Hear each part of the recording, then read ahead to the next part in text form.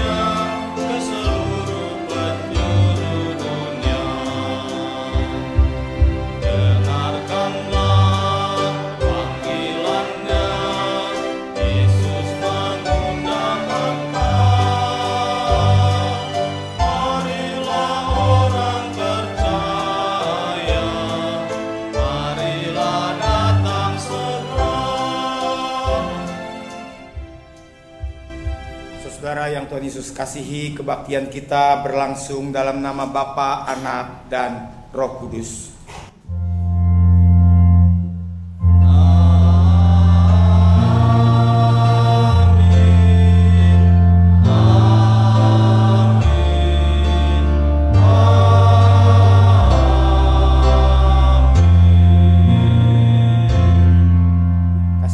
Damai sejahtera daripada Allah Bapa kita dan dari Tuhan Yesus Kristus menyertai saudara sekalian. Dan menyertai saudara juga. Puji Tuhan, Shalom. Selamat pagi. Hari ini kita bersukacita karena kita merayakan cinta kasih Tuhan yang sudah memelihara kehidupan kita hari lepas hari. Mari kita boleh memuji Tuhan dari PKJ 281 ayat 1 sampai 3, tiap orang harus tahu.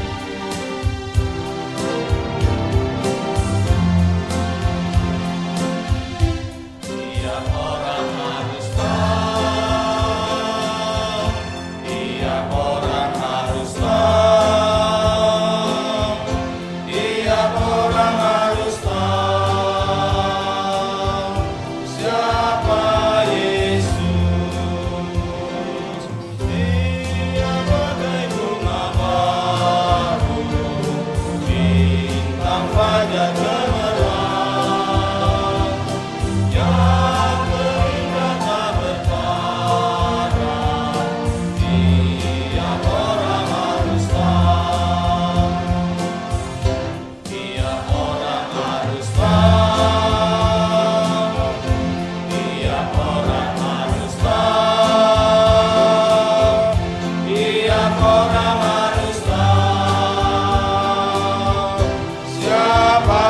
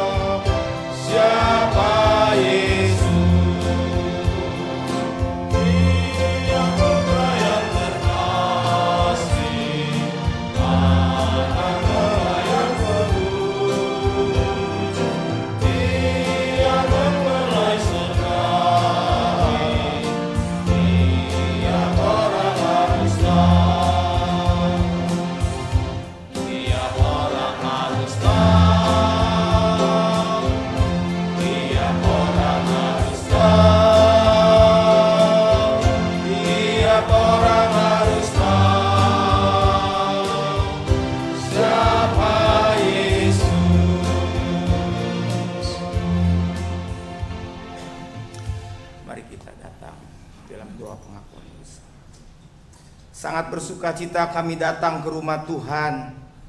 Tetapi kami sadar sebelum kami masuk lebih dalam ibadah ini, dalam kesucian dan pertolongan Tuhan, kami sadar kami orang berdosa.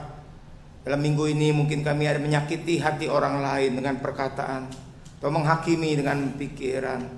Tuhan, kuduskan dan ampuni dosa kami, agar kami layak lebih dalam lagi menikmati anugerah Tuhan yang besar di bait Allah, di tempat ini, di gereja-Mu, di tempat suci. Ampuni kami dan perbaharui kami, kasihanilah kami manusia berdosa. Pulihkan kami melalui ibadah ini, dalam Kristus Yesus kami berdoa. Amin. PKJ 199 ayat 1-2 menjadi pujian kita. Dulu ku tertindih dosa.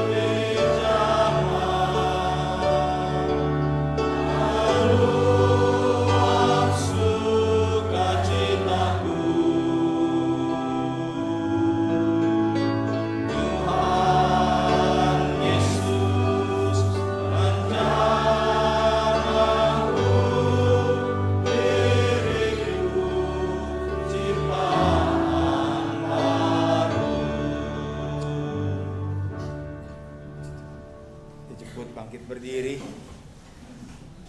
Saya akan membacakan berita anugerah dari Yohanes 3 ayat 16. Karena begitu besar kasih Allah akan dunia ini, sehingga Ia telah mengaruniakan anaknya yang tunggal, supaya setiap orang yang percaya kepadanya tidak binasa, melainkan beroleh hidup yang kekal. Demikianlah berita anugerah dari Tuhan.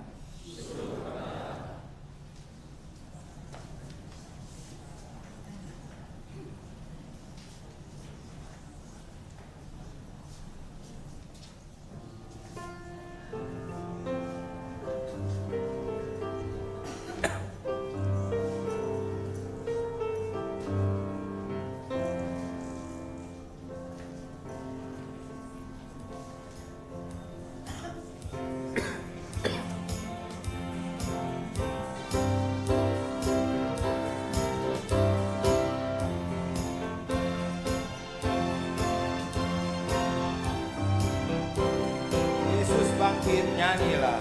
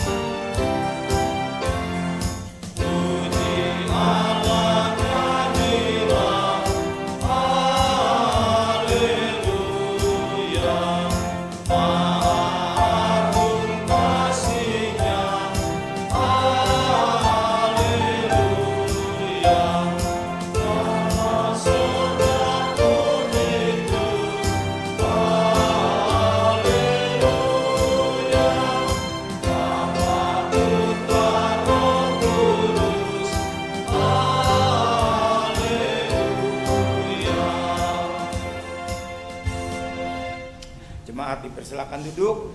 Kita akan masuk di dalam pelayanan firman. Mari kita berdoa untuk pembacaan Alkitab maupun firman Tuhan diberitakan. Kita berdoa. Ya Tuhan kami dan Allah kami, Engkau adalah sumber kehidupan kami. Engkau adalah firman kehidupan. Kami dalam ibadah ini hendak membaca, merenungkan, serta mendengarkan firman-Mu, supaya apa yang kami baca, kami cerna, itu berbicara bagi kami. Kami tahu bahwa Engkau adalah firman kehidupan. Karena itu kami sangat membutuhkannya. Dalam Kristus Yesus, firman Allah yang hidup, yang menghidupkan rohani kami senantiasa. Kami berdoa. Amin.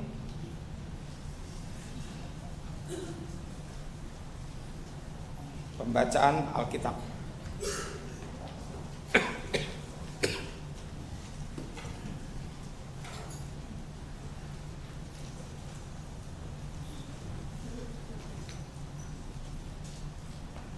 pembacaan pertama Kisah Para Rasul 2 ayat 14 dilanjutkan ayat 22 sampai 32.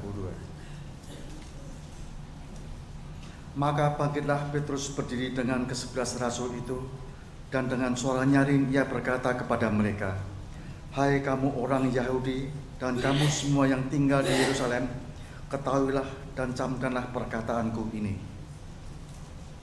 Ayat 22. "Hai orang-orang Israel, dengarlah perkataan ini. Yang aku maksudkan ialah Yesus dari Nazaret, seorang yang telah ditentukan Allah dan yang dinyatakan kepadamu dengan kekuatan-kekuatan dan mukjizat-mukjizat dan tanda-tanda yang dilakukan oleh Allah dengan perantaraan Dia di tengah-tengah kamu, seperti yang kamu tahu. Dia yang diserahkan Allah menurut maksud dan rencananya telah kamu salibkan dan kamu bunuh oleh tangan bangsa-bangsa durhaka. Tetapi Allah membangkitkan Dia dengan melepaskan Dia dari sengsara maut, karena tidak mungkin ia tetap berada dalam kuasa maut itu. Sebab Daud berkata tentang Dia, 'Aku senantiasa memandang kepada Tuhan, karena Ia berdiri di sebelah kananku. Aku tidak goyah. Sebab itu hatiku bersuka cita dan jiwaku bersorak-sorak, bahkan tubuhku akan diam dengan tentram. Sebab Engkau tidak menyerahkan aku kepada dunia orang mati, dan tidak membiarkan orang kudus-Mu melihat kebinasaan. Engkau memberitahukan kepadaku jalan kehidupan. Engkau akan melimpahi aku dengan sukacita di hadapan-Mu.' Saudara-saudara, aku boleh berkata-kata dengan terus terang kepadamu tentang Daud, bapak bangsa kita. Ia telah mati dan dikubur, dan kuburnya masih ada pada kita sampai hari ini. Tetapi ia adalah seorang nabi, dan ia tahu bahwa Allah telah berjanji kepadanya dengan mengangkat sumpah bahwa ia akan mendudukkan seorang dari keturunan Daud sendiri di atas tahtanya. Karena itu ia telah melihat ke depan dan telah berbicara tentang kebangkitan Mesias, ketika ia mengatakan bahwa Dia tidak ditinggalkan di dalam dunia orang mati, dan bahwa dagingnya tidak mengalami kebinasaan. Yesus inilah yang dibangkitkan Allah, dan tentang hal itu kami semua adalah saksi." Demikian sabda Tuhan.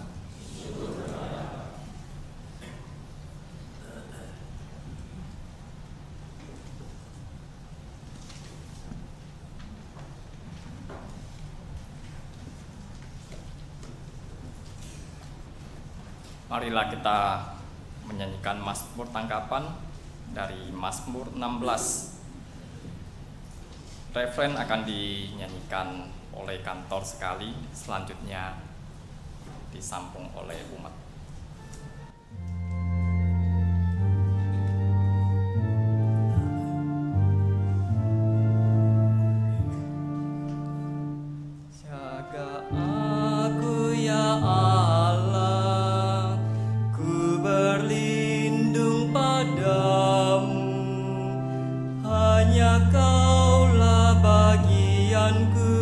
Tiada yang baik selain Dikau. Jaga aku ya Allah, ku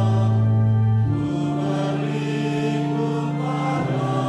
Hanya Kaulah bagianku, tiada yang baik selain Dikau. Orang-orang yang kudus yang diam di tanah ini, merekalah orang mulia yang amat kusuka.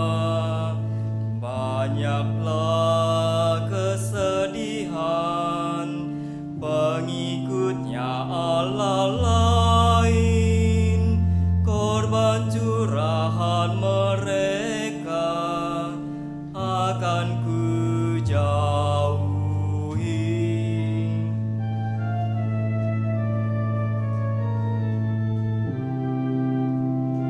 Jaga aku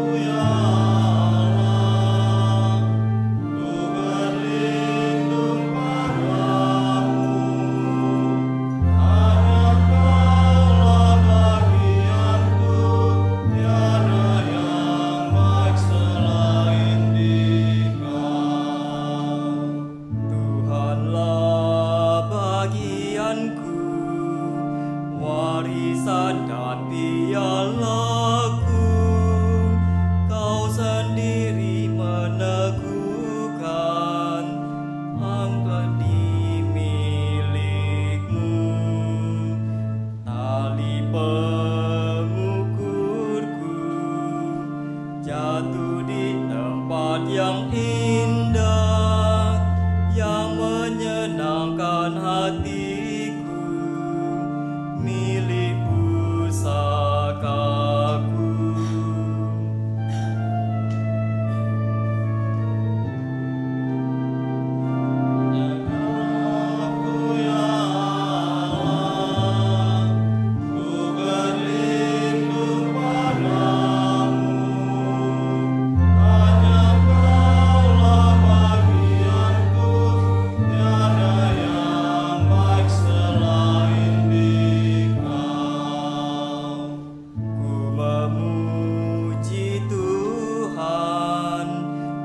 Menasehati aku, nuraniku mengajarku pada waktu malam. Aku pun selalu memandang kepada Tuhan yang berdiri di kananku, maka tak goyang.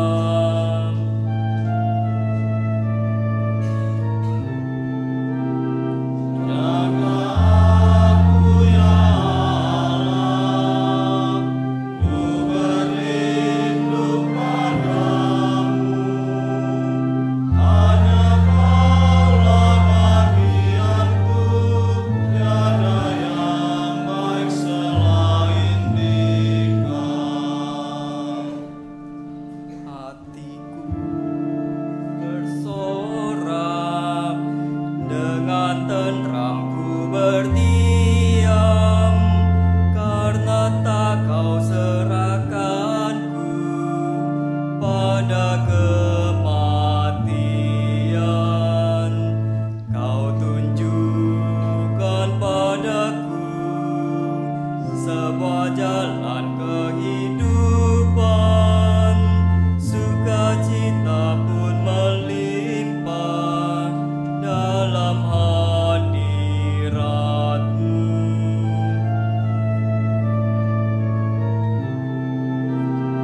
Jaga aku ya Allah, ku berlindung padamu.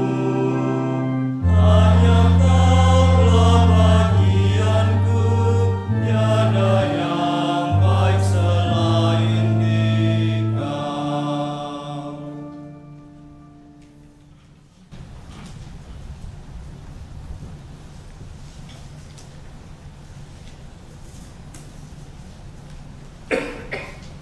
Bacaan kedua, 1 Petrus 1 ayat 3 sampai dengan 9.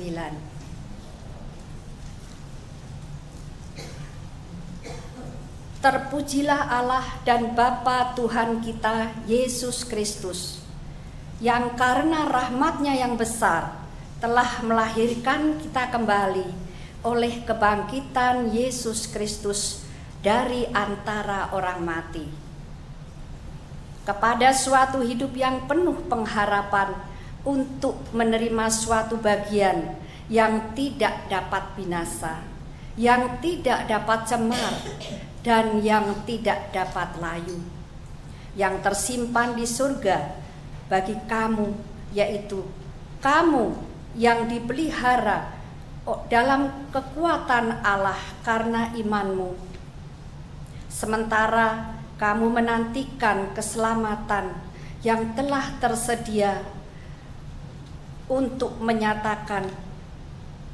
dinyatakan pada zaman akhir.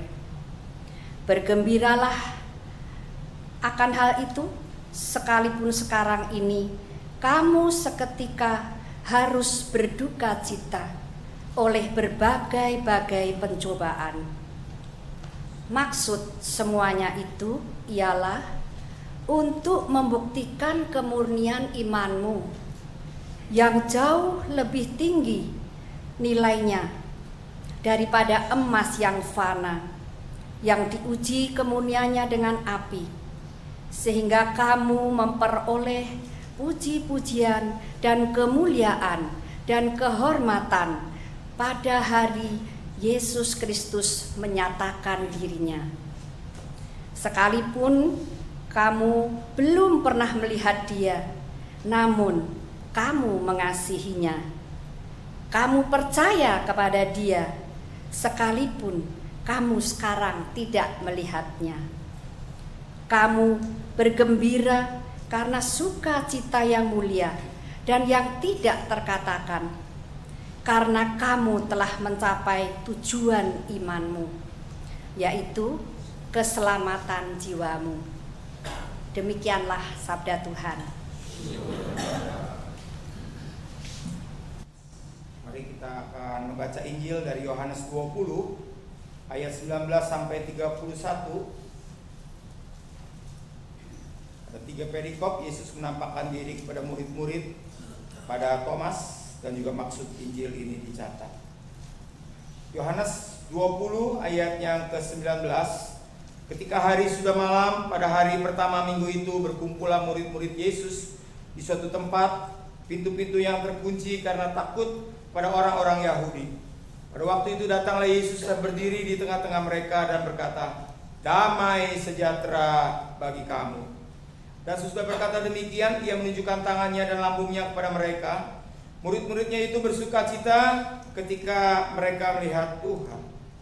Maka kata Yesus sekali lagi, "Damai sejahtera bagi kamu. Sama seperti Bapa mengutus aku, demikian juga sekarang aku mengutus kamu." Dan sesudah berkata demikian, Ia mengembuskan mereka dan berkata, "Terimalah Roh Kudus. Jikalau kamu mengampuni dosa orang, dosanya diampuni. Dan jikalau kamu menyatakan dosa orang tetap ada, dosanya tetap ada." Yesus menampakkan diri kepada Thomas. Tetapi Thomas, seorang dari ke-12 murid itu yang disebut Didimus, tidak ada bersama-sama dengan mereka ketika Yesus datang ke situ. Maka kata murid-murid yang lain kepadanya, "Kami telah melihat Tuhan." Tetapi Thomas berkata kepada mereka, "Sebelum aku melihat bekas paku dan tangannya, yang sebelum aku mencucukkan jariku ke dalam bekas paku itu dan mencucukkan tanganku ke dalam lambungnya, sekali-kali aku tidak akan percaya." 8 hari kemudian, murid-muridnya Yesus berada kembali dalam rumah itu dan Thomas bersama-sama dengan mereka. Sementara pintu-pintu terkunci, Yesus datang dan berdiri di tengah-tengah mereka dan berkata, "Damai sejahtera bagi kamu." Kemudian Ia berkata kepada Thomas, "Taruhlah jarimu di sini dan lihatlah tanganku. Ulurkanlah tanganmu dan cucukkanlah ke dalam lambungku. Dan jangan engkau tidak percaya lagi, melainkan percayalah." Thomas menjawab Dia, "Ya Tuhanku dan Allahku." Kata Yesus kepadanya, "Karena engkau telah melihat aku, maka engkau percaya. Berbahagialah mereka yang tidak melihat namun percaya." Maksud Injil ini dicatat. Memang masih banyak tanda-tanda lain yang dibuat Yesus di depan mata murid-murid yang tidak tercatat dalam kitab ini. Tetapi semua yang tercantum di sini telah dicatat supaya kamu percaya bahwa Yesuslah Mesias, Anak Allah, dan supaya kamu oleh imanmu memperoleh hidup dalam namanya. Demikianlah Injil Yesus Kristus. Berbahagialah mereka yang mendengarkan firman Tuhan dan yang memeliharanya. Haleluya.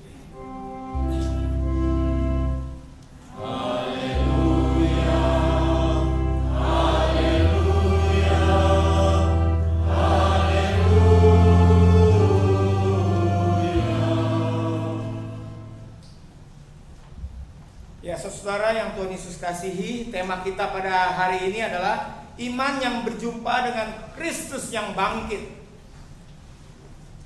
Kalau ditanya apa yang Yesus lakukan setelah kebangkitannya, saudara, ada 2 bagian besar.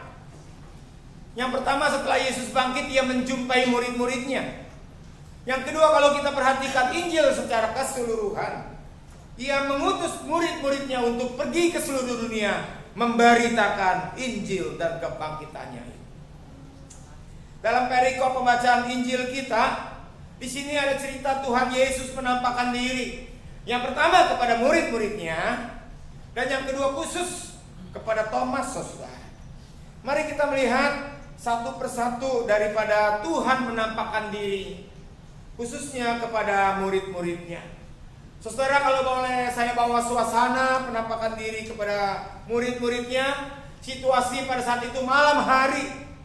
Kita tahu malam gelap, menakutkan. Para murid sedang berada di suatu tempat yang terkunci. Kenapa terkunci? Karena mereka takut kepada orang-orang Yahudi, saudara. Pada waktu itu tiba-tiba datanglah Yesus di tengah-tengah mereka dan berkata, "Damai sejahtera bagi kamu." Setelah itu Yesus menampakkan dan menunjukkan tangan dan lambungnya yang kena luka itu kepada mereka. Waktu murid-murid melihat, mereka bersuka cita karena mereka melihat dengan mata kepala sendiri. Mereka melihat Tuhan. Maka di ayat 21 dikatakan oleh Yesus sekali lagi, "Damai sejahtera bagi kamu." Saudara, coba bayangkan kalau peristiwa ini kita ada di sini. Peristiwa tersebut pertama-tama pasti mengagetkan murid-murid. Orang pada kumpul, terkunci ruangan, tiba-tiba ada sosok yang muncul. Mereka pertama kaget, yang mungkin takut, saudara. Tetapi setelah Yesus memperkenalkan diri, bercakap-cakap, mereka bersuka cita.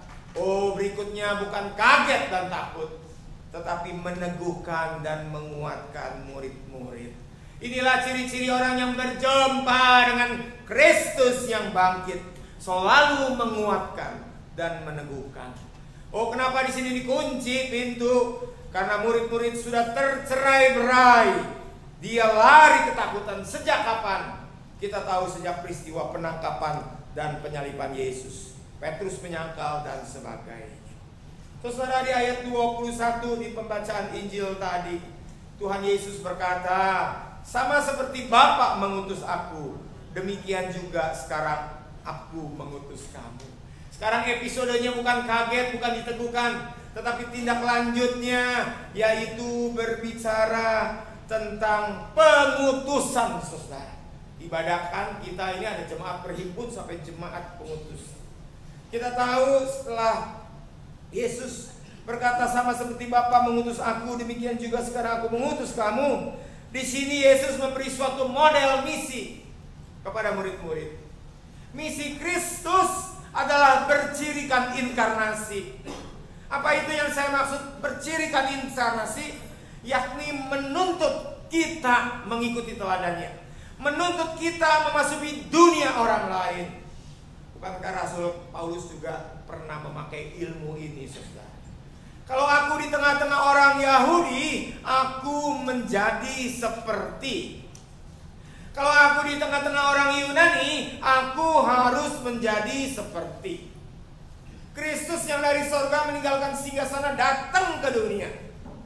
Jadi misi Kristus bercirikan inkarnasi, yaitu bukan minta dipahamin sebagai utusan Kristus, tetapi coba memahami orang lain, masuk dunia pikiran budaya orang lain.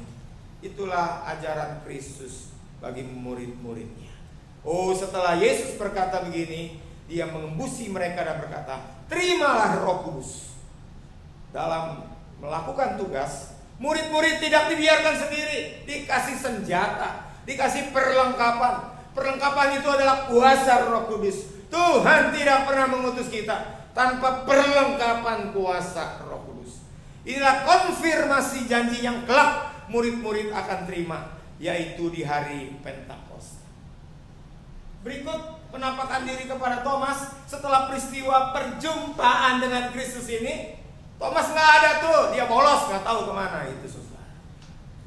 Setelah itu murid-murid menceritakan peristiwa ini kepada Thomas. "Thomas begini. Tetapi reaksi Thomas, "Sebelum aku ada buktinya, aku sekali-sekali tidak percaya." Jadi ini ada iman Thomas, iman yang pakai indera. Dia mesti lihat, kepala, baru percaya. 8 hari kemudian Yesus menampakkan diri lagi kepada murid-murid plus Thomas pada saat itu. Dan Thomas bersama-sama dengan mereka. Ayat 27. Kemudian dia berkata kepada Thomas, "Taruhlah jarimu di sini. Lihatlah tangan. Ulurkan tanganmu. Cucukkanlah ke dalam lambungku. Dan jangan engkau tidak percaya lagi, melainkan percaya." Saudara, respon Thomas sudah lihat, dia imannya pakai indrawi, saudara.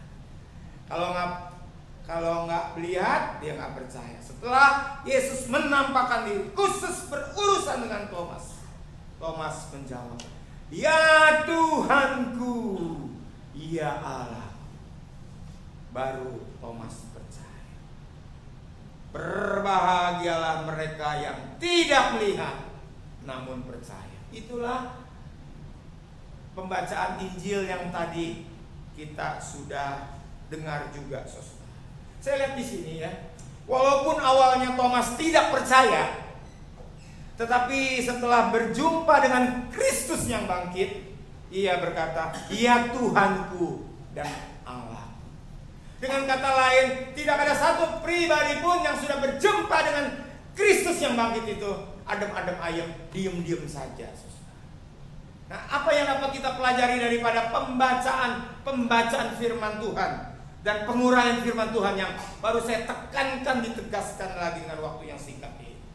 Apa yang dapat kita pelajari? Inilah bedanya iman prapaskah dan iman setelah Paskah. Loh, maksudnya apa, Pak?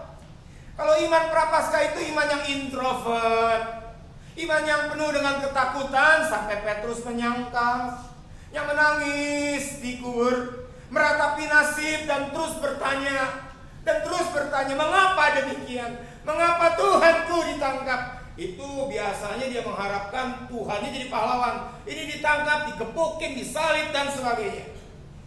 Juga seperti para wanita sebelum Paskah, yaitu iman yang sibuk berdebat. Berdebat apa, saudara? Mereka berdiskusi. Diskusi apa? Sama-sama mereka menganalisa. Menganalisa apa? Mereka frustasi bagaimana menggeser batu yang besar itu yang menutupi kubur Yesus. Padahal waktu sampai kubur itu sudah tergeser sendiri, saudara. Wanita mana bisa batu yang besar ini? Pria aja 2 orang belum tentu bisa. Nah, ini iman introvert, iman prapaskah. Iman ketakutan, kekhawatiran menghadapi hidup ini, pesimis, saudara. Kayak nggak ada Tuhan yang bangkit itu loh. Pak, apa bedanya setelah Paskah? Oh, coba bayangkan kalau kita perhatikan nats yang tadi kita baca khususnya di Injil. Iman Paskah adalah iman yang dinamis, bukan yang menangis. Iman setelah Paskah mendatangkan sukacita. Iman setelah Paskah penuh dengan damai sejahtera. 3 kali Tuhan Yesus berkata kepada murid-murid dan Thomas, "Damai sejahtera bagi kamu."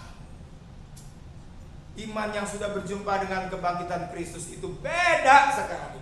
Bukan menangis tetapi sukacita. Bukan khawatir menghadapi hidup ini, tetapi semangat. Karena apa? Orientasinya berbeda, saudara. Orientasi dan fokus perhatiannya kepada kebebasan dan kedahsyatan kuasa Kristus. Saudara, tipe orang Kristen juga kayak begini, 2 juga. Satu kayak kue apem, saudara.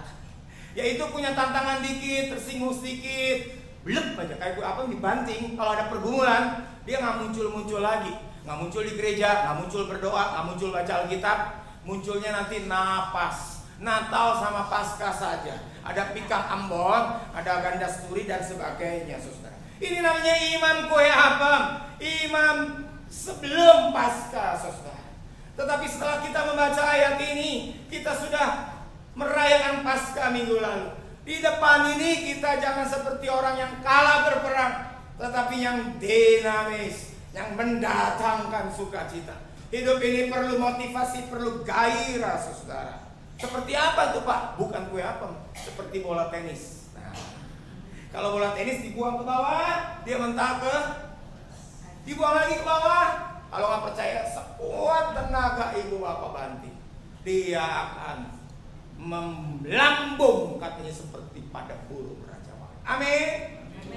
Hidup orang yang sudah berjumpa dengan Kristus yang bangkit. Hidup ini bukan dijanjikan tanpa tantangan pada pencobaan. Saya nggak tahu ibu bapak punya tantangan pencobaan apa. Tetapi yang Tuhan berikan adalah kekuatan yang berasal daripada Tuhan. Karena orientasi kita bukan Kristus yang mati, yang sedih, tetapi Kristus yang bangkit. Orientasinya, perhatiannya pada kuasa kedahsyatan daripada Kristus Yesus. Apa respon gereja terhadap berita Paskah ini, saudara? Juga saya bagi dua, yaitu tipe gereja Tuhan. Yang pertama, gereja cermin. Yang kedua, gereja jendela. Apalagi itu, Pak? Tadi kue apem sama bola tenis. Sekarang cermin dan jendela. Ya, gereja cermin itu adalah kita ini sebagai gereja kadang-kadang fokusnya di depan cermin. Seperti lihat cermin, yang nampak siapa kalau kita ngaca? Diri kita sendiri. Perhatiannya diarahkan kepada diri sendiri. Nah, kalau kita lihat diri sendiri, itu kalau mau berangkat ngaca 5 menit sama 1 jam sama, saudara. Bedanya apa? Kalau 1 jam pasti waktunya banyak, saudara. Nggak sibuk tuh orang. Diarahkan pada diri sendiri, ini masih kurang, ini kurang merah, apalagi ibu-ibu ya. Ini kurang biru, ini masih botak. Bapak-bapak juga nyisir, botaknya gitu ya. Waduh, kalau 1 jam makin dia tambah egois, saudara. Karena bersolek dan bersolek saja. Tetapi gereja jendela, yaitu gereja setelah Paskah, dia melihat keluar. Dia selalu melihat keluar. Walaupun usia sudah lanjut, tidak bisa melayani lagi, dia sudah pensiun jadi penatua karena sudah umur dan sebagainya, dia tetap fokusnya lihat keluar. Apa maksudnya lihat keluar? Ia mengarahkan hidupnya kepada orang lain. Buka ada jendela pagi-pagi. Apalagi kalau kita ke Bandung, ke Puncak, itu luas sekali. Nggak lihat diri sendiri, fokusnya berbeda, bukan? Lihat, ya sibuk menjadi berkat, itu maksud. Iman setelah Paskah ialah iman yang menjadi berkat, yang pergi keluar ke mana? Ke Yerusalem, ke Yudea, Samaria, sampai ke ujung bumi. Tidak ada kata lain setelah kita berjumpa dengan Yesus yang bangkit itu. Nggak murid, nggak Thomas yang tadinya ragu, semuanya menjadi saksi Kristus. Pak, susah menjadi saksi Kristus, saya susah dan sebagainya. Nah, saya mau tutup khotbah saya ini ya dengan sebuah cerita. Ada anak muda, orang tuanya di Medan nggak mampu membiayai dia kuliah. Dia merantau ke sini. Ya, ini sama dikit kenapa cerita aja ya. Waktu di sini dia dibayarin omnya kuliah. Orang sederhana, omnya ini maju, merantau tinggal. Omnya baik sama dia, nggak membedakan anaknya sendiri dan dia keponakannya. Dibayarin kuliah, dia pemuda gereja di Medan. Di Jakarta dia juga cari gereja, aktif di gereja, bahkan pernah ketua pemuda. Nah, setelah dia bertahun-tahun tinggal sama omnya, dia mau lulus. Dia punya doa sama Tuhan, karena pemuda Kristen ya. Tuhan, om saya ini baik sekali. Dia tidak membeda-bedakan anaknya dan saya merasakan itu. Dia membayar saya kuliah, dia juga memberikan saya makan minum. Saya kan malu jadi jamur begini terus. Nanti setelah saya lulus, saya mau kos, saya mau berdikari. Saya udah menyandang S1-nya lagi skripsi nih. Dia punya cita-cita luhur, nggak mau jadi jamur, numpang terus walaupun ini om yang baik. Tapi satu, saya belum ada tanda terima kasih sama si om ini. Tanda terima kasih saya adalah si om supaya ke gereja. Om ini udah punya villa 2, mobil 4, semuanya banyak lah begitu ya. Tapi satu kekurangan dia belum beriman kepada Tuhan. Umurnya udah lakcap lebih, 60 lebih, saudara. Belum pernah injak gereja begitu ya. Jadi dia doa. Kalau doa semalam suntuk, dia ingat omnya yang baik ini. Dengan apakah harus saya berterima kasih? Dia mau jadi saksi Tuhan, masih pemuda. Akhirnya dia dapat hikmat Tuhan. Biasanya ulang tahun kamu ditawarin kado sama kamu. Nah, itu kesempatan kamu jadi saksi Tuhan. Apa maksudnya nih Tuhan? Tuhan memberikan hikmat pada dia. Misalkan anak muda itu bernama Sutejo aja ya. Sutejo. Masa orang Medan namanya Sutejo gitu ya. Kalau saya pakai nama, ya lebih baik nama saya aja ya. Mari kita kambing hitamkan si pengkhotbah kali ini. Kamu anak muda, sebentar lagi ulang tahun, mau kado apa? Saya nggak mau kado apa-apa. Loh, kamu mau motor karena sudah dulu sepeda masih kecil, sekarang motor. Atau mau baju untuk kamu ke gereja atau kuliah, atau mau apa? Om baru dapat bonus nih. Aduh, dia saking orang baik begini, sungkan gitu ya, nggak enak hati. Udah om, nggak usah om. Terus didesak sama om. Oke, kalau om maksa mau beri kado saya, mau. Saya minta sekali kado saya. Minggu depan om datang ke gereja. Si om bilang nih anak bingung nih, dikasih motor, dikasih ini, nggak mau. Maunya kadonya cuma ke gereja. How is it? Ada bahasa Jerman nih, saudara. Nggak enak hati begitu kan? Bisa nawarin, bisa memberi, nggak ngasih. Sambil kedua sama tante, sama adik-adik, yaitu sama anak-anak si om. Si om jadi bingung sendiri, kurang asem nih ya. Om mau kasih motor, gue suruh ke gereja. Ya udah dah, terpaksa gitu ya. Terpaksa. Wah, waktu si Omi bilang udah dah, ini kurang lebih hari Kamis nih. Dia doa semalam suntuk, dia doa puasa. Ini anak berdoa, namanya anak muda ya, 7 up gitu kan. Dia semangat sekali, dia berdoa, Tuhan tolong kalau bisa minggu ini yang khotbah, yang liturgis. Wah, gerejanya mungkin beda kayak kita begitu ya. Dan akhirnya datanglah si om ini ke gereja. Pagi-pagi benar, dia bangun, ketok pintu, om jangan lupa kita siap ke gereja. Ya dengan setengah hati begitu ya. Dia bangunin istrinya, dia bangunin anak-anaknya, datang ke gereja. Gereja nggak mau duduk di depan, nanti disangkain tua-tua, nanti so tua lagi gitu ya. Nggak mau duduk di belakang, nanti soal orang baru belum tentu mau disangka orang duduk di tengah sama rata, sama saja, sama-sama. Terus sudah itu liturgosnya semangat, saudara pakai liturgos gitu ya. Tetapi waktu udah nyanyi, pas khotbah, pendeta yang keluar adalah pendeta yang sudah 15 tahun sudah emeritus. Ini emeritus umur 60 tahun ya. Ini udah cicak go 75 tahun. Udah gitu bukan cicak go saja, flu agak kurang enak badan. Datang dari konsistori, dia nggak khotbah pada saat itu, minta maaf lagi kurang enak badan, dan dia membacain Kejadian 5. Mari kita buka Kejadian 5, saudara. Ya, minta waktu sedikit nih karena mau habis nih ya. Kejadian 5, keturunan Adam. Kalau baca ayat 1 sampai 32, waduh panjang sekali ya. Tapi kurang lebih dia baca seperti ini Kejadian 5. Inilah daftar keturunan Adam. Ayat yang ke berapa ini? Kelima. Jadi Adam mencapai umur 930 tahun. Namanya udah empek-empek ya, dia batuk. Lalu ia mati. Ayat yang ke-8. Jadi Set mencapai umur 912 tahun. Batuk lagi. Lalu ia mati. Nanti baca deh sendiri ya. Takutnya saya mati di mimbar ini. Pokoknya empek-empek gayanya begitu lebih dari 5 kali. Bingungnya sebelum lalu ia mati, dia batuk dulu. Anak muda ini jadi pulang ke gereja kesel, berbuat dosa gua di gereja. Kenapa? Pas om saya datang, yang datang ini bukan pendeta yang semangat, yang masih muda, yang seger. Empek lagi. Kalau empek locok, empek Palembang enak ya ibu-ibu ya. Tapi ini empek locok, dia marah-marah sendiri. Ke gereja pada saat itu dia berbuat dosa karena dia marah-marah terus. Pulang ke gereja dia seperti kayak tentara Allah berperang. Dia tunggu begini, nggak lihat si omnya. Takutnya dia kalau melihat si omnya ditanya, oh di gereja cuma ada empek. Dia malu sama gereja. Pasti pada saat itu dia putus hubungan, nggak ke gereja lagi, makan nggak berdoa. Dia kesel diri sendiri, dia kesel sama pendetanya, dia kesel sama gerejanya, dia kesel sama Tuhan juga. Putus hubungan dengan Tuhan. Dia kecewa sekali. Saya sudah tolak motor, doa puasa, doa semalam suntuk. Saya bekerja, Tuhan nggak bekerja. Ciaklat nih katanya, luar biasa. Ini kurang lebih pokoknya marah-marah, saya nggak usah terusin lagi gitu ya.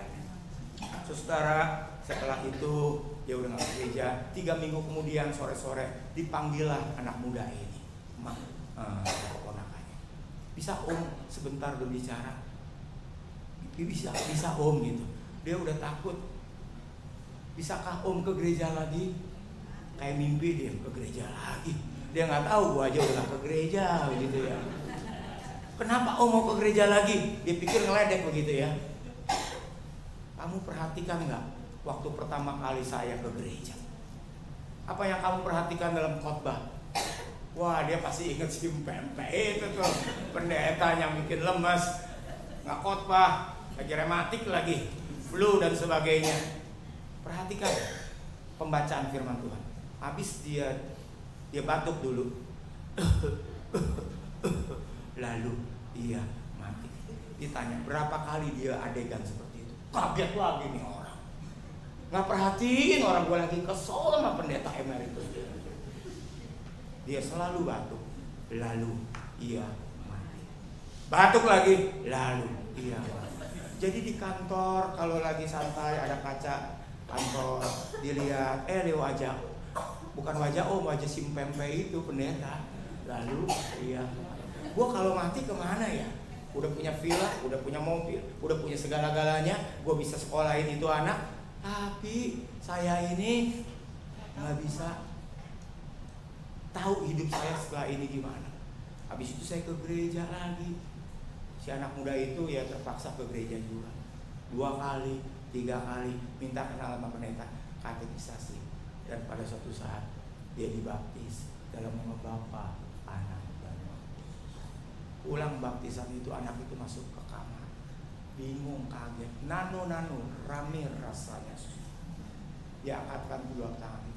Dia udah nggak bisa bilang kamsia lagi matur. Dia udah malu sekali. Air mata lah yang menjadi dia terharu. Karena apa? Ini anak muda membatasi kuasa Roh Kudus. Kuasa Roh Kudus dia pikir kalau yang khotbah ini pasti bertobat nih. Kalau begini cocok buat ini. Kita kayak Tuhan saudara, cocok-cocokin orang saudara. Tetapi kuasa kebangkitan Kristus, perjumpaan dengan Kristus macam-macam. Ada orang yang kena kanker baru berjumpa dengan Kristus. Maksudnya kantong kering, kanker benar-benar, atau penyakit-penyakit. Saudara, setiap pribadi yang berjumpa dengan Kristus pasti ada perubahan. Bagaimana dengan kita? Maukah kita menjadi saksi Tuhan? Bukan di gereja sini saja, saudara, di sana. Karena kasih Kristus sangat ditunggu melalui hidup kita. Amin.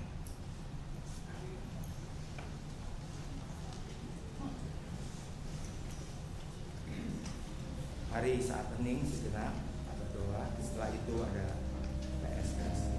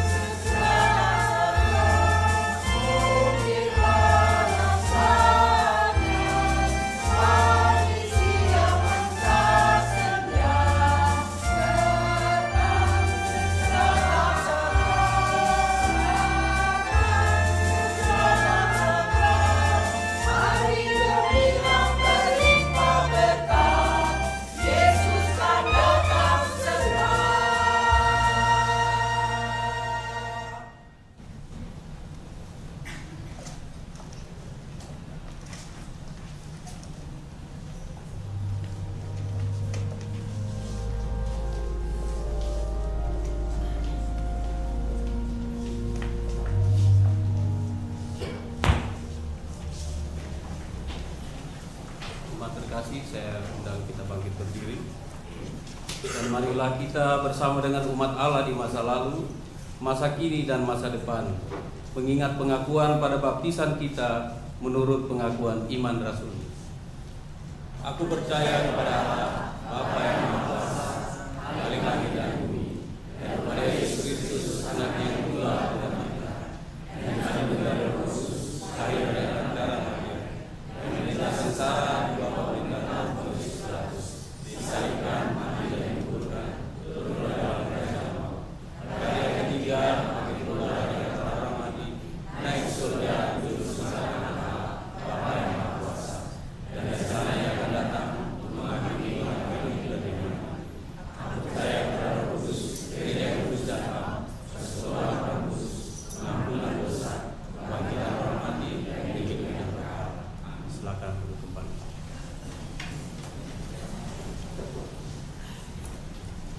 Mari kita berdoa syafaat bersama-sama. Di penghujung ibadah ini ya Tuhan, kami merendahkan diri berdoa bersama-sama sebagai umat Tuhan. Hamba berdoa untuk jemaat Tuhan yang sedang mengalami pergumulan hidup dalam keluarga, pekerjaan, atau mencari pasangan hidup dan lain sebagainya. Biarlah iman kami bukan iman prapaskah, tetapi iman paskah, bahwa kami tidak melihat namun percaya kepada Tuhan. Di balik air mata dan pergumulan kami ada Tuhan yang hidup, karena kami beriman bukan indrawi seperti Thomas. Thomas sekalipun setelah dia ragu, dia berjumpa dengan kebangkitan Kristus, dia menjadi saksi Tuhan di mana. Mampukan umat-Mu di tempat ini dalam menghadapi pergumulan hidup, supaya tidak kalah berperang tetapi maju di dalam Tuhan. Dan di balik air mata pergumulan asal kami hidup di dalam jalan dan kehendak Tuhan. Doa orang yang benar, bila yakin didoakan, sangat besar kuasa. Kami berdoa untuk pemulihan demi pemulihan untuk jemaat Tuhan, untuk setiap pergumulan. Berkati setiap pemimpin gereja di sini, korps kemajelisan, penatua dan para rahmat Tuhan. Tuhan menolong supaya mereka bisa memimpin kami ke dalam kehendak Tuhan. Berkati sinode GKI dan berkati biarlah kehendak Tuhan terus memakai gereja Tuhan bukan menjadi batu sandungan, tetapi dunia ini perlu kasih Tuhan, perlu kuasa kebangkitan Kristus yang kami sudah alami. Biarlah kami boleh menjadi saksi Tuhan. Dalam rangka pemilihan presiden yang akan datang, kiranya juga bangsa ini dituntun, diberi hikmat, akal budi oleh Tuhan, supaya kami dapat mendapat pemimpin yang tepat, agar tercipta harapan untuk mewujudkan sebuah negara yang adil dan makmur. Berkatilah bangsa ini Tuhan, ampunilah bangsa ini kalau dosa dan kejahatan. Kami rindu supaya mempunyai pemimpin yang sederhana, yang takut akan Tuhan, yang sayang kepada rakyat, yang tidak hanya mementingkan diri sendiri dan kelompoknya. Berikanlah bagi kami ya Tuhan, supaya kesejahteraan kota dan negara ini adalah kesejahteraan gereja dan setiap rumah tangga. Kami juga berdoa untuk anak-anak yang menempuh ujian akhir nasional dan akhir semester. Tuhan yang memberikan anak-anak. Kami juga berdoa bertanggung jawab supaya mereka dalam kehidupan diberi kesuksesan dalam studi, khususnya dalam menempuh ujian akhir nasional. Biarlah ujian akhir ini Tuhan tolong supaya setiap anak-anak diberi kemampuan untuk belajar dan mempertanggungjawabkan di hadapan. Bila doa, syafaat, ucapan syukur dan permohonan kami sebagai gereja dalam Kristus Yesus. Amin.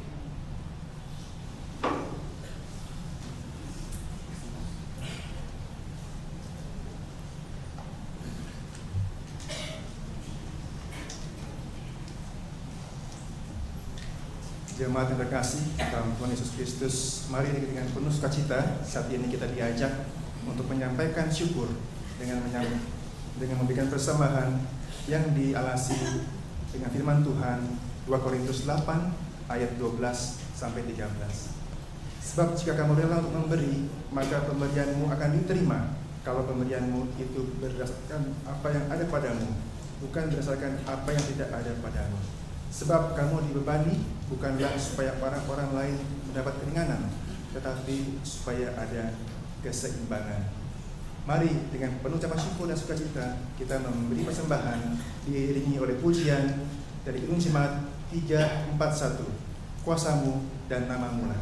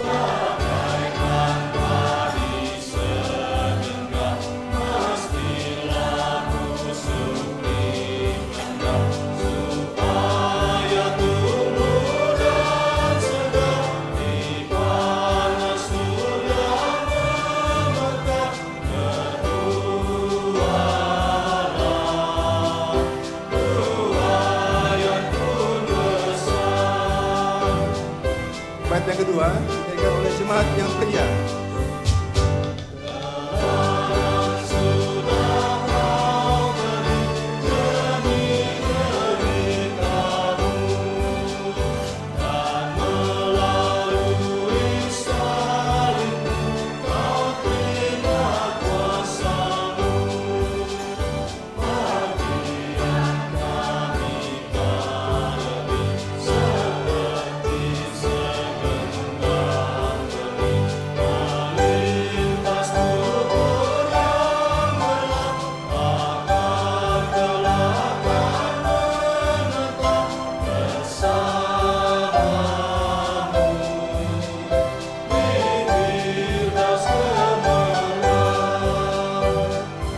Bait yang ketiga oleh jemaat yang wanita.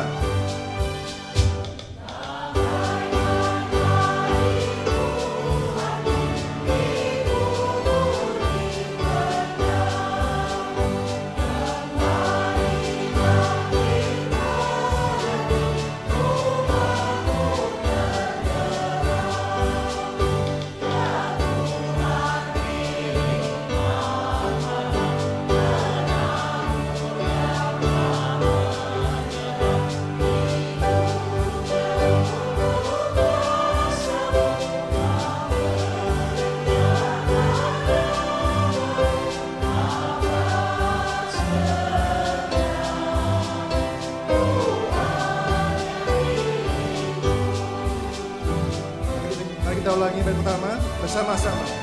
Kuasamu dan Namamu lah.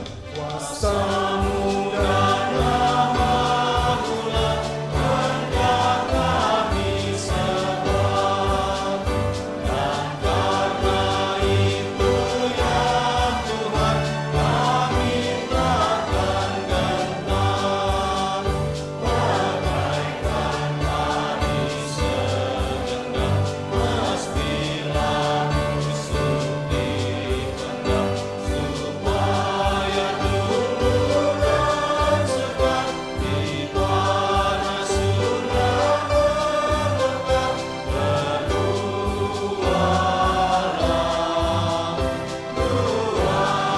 jemaat diundang untuk berdiri. Yang naikkan yang bait kedua, teladan sudah kau beri. Jemaat diundang berdiri. Teladan sudah kau beri demi deritamu, dan melalui salibmu kau terima kuasamu.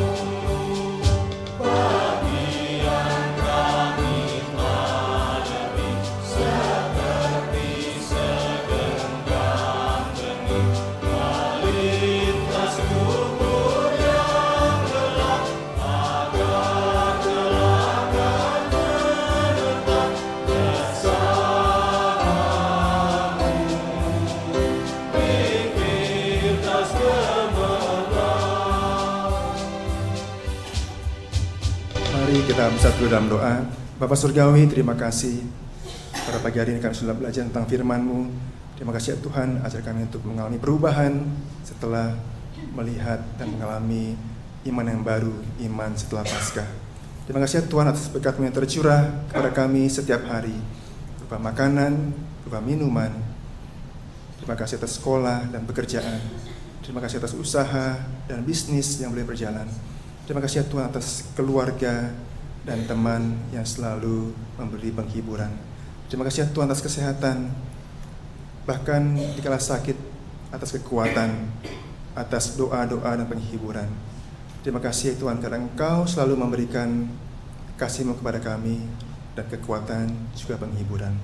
Ya Bapa, saat ini kami membawa persembahan yang asalnya juga daripada-Mu saja. Tolong berkati, kuduskan, dan kuasai tangan-tangan yang mengelolanya agar ini bisa menjadi berkat bagi jemaat-Mu dan lingkungan dan sesama kami yang memerlukan. Terima kasih ya Tuhan, tolong kami juga supaya memberikan tubuh kami sebagai persembahan yang kudus, yang hidup, dan yang berkenan kepada-Mu.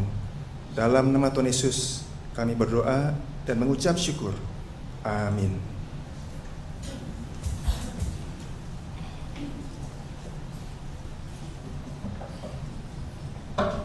Iman yang berjumpa dengan Kristus yang bangkit. Mari kita menyanyikan lagu kita, lagu pengutusan dengan penuh semangat dan sungguh-sungguh berkumandang suara dari seberang.